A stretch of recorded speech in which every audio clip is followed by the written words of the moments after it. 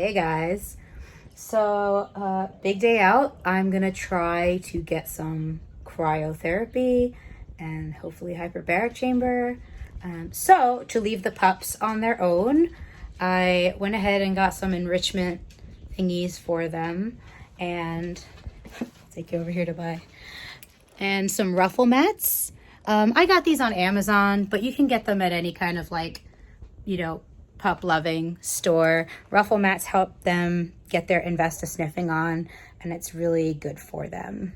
I just imagine their Rolodex of sniffs that they've acquired over time. It's one of their favorites, as well as the licky mats, which help release endorphins, and it's very soothing for them. So I just took some of their favorite soft food. You can get as creative as you want with it. You could make it like it's a little dish. I put a little dessert on there for them that I got at a bougie little dog store. It's just way too much. I spent so much on that I didn't need to. And then I've been actually getting packets of shreds or petite dog treats that are food toppers or something. So it's smaller portions, and I can kind of use a couple of different things like that on their licky mat. These little busy bees, you can stick treats in them. I got them from BarkBox. They work like a Kong, so any of your doggo's favorite thing to chew on, I highly recommend. We're gonna see how they like the busy bees. It's the first time I'm giving it to them. So basically, around the house, I'm gonna create a maze for them to discover their treats while I'm gone. I'm gonna hide the licky mats under a box to see if they won't go to that right away, and that way they can work on the ruffle mats. I stuck a couple of chews in them to keep them a little busy, and then hopefully, finally, they'll find the licky mats under a box. Stay tuned. There we go. Got some spread out here. They're already working. It's chilly today, so here we go. We're gonna try to drive to a place that's, I don't know, maybe 12 minutes away. I feel like I would max out at about oh no, my sweater has a hole in it. Maybe about 20 minutes, I think, would be the most. Not that I want to drive. I haven't been. I feel like we're sneaking out of the house right now.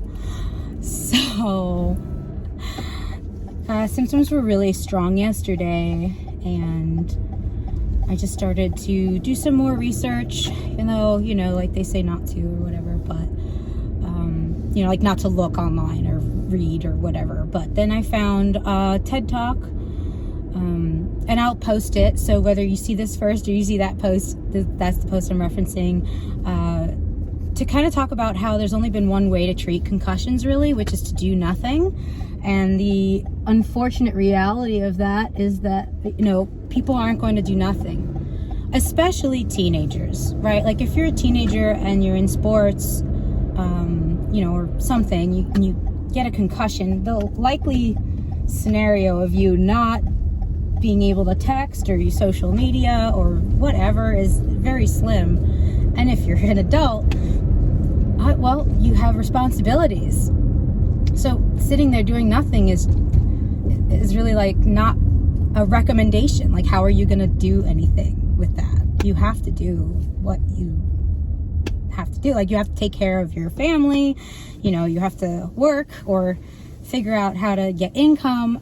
So it's just really difficult, especially, given whatever side of the brain that you hit. And not being able to make content is also not being able to socialize. I really love socializing with you all. So it can be very depressing, and laying alone in your room in the dark is very depressing. Especially getting hit in the front part of your brain where that handles all of your emotions, your human experience, how you interpret information. It's a very, they're all very rough, right? Don't get hit in the head, period. This concussion just seems to be such a roller coaster ride. So I wanted to try and take some pressure off of the people that have been looking after me, because I think that's the hardest part, is being okay, yeah, sure, I'll lay down. And then it's like, oh, but I have the dogs and the cats and to make content and to, you know, like work.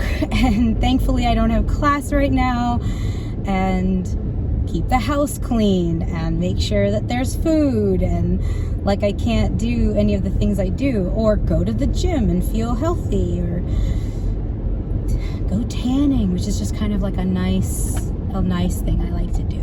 I don't overdo it. No one's trying to look like leather, but it is nice. Being active is like most of my life.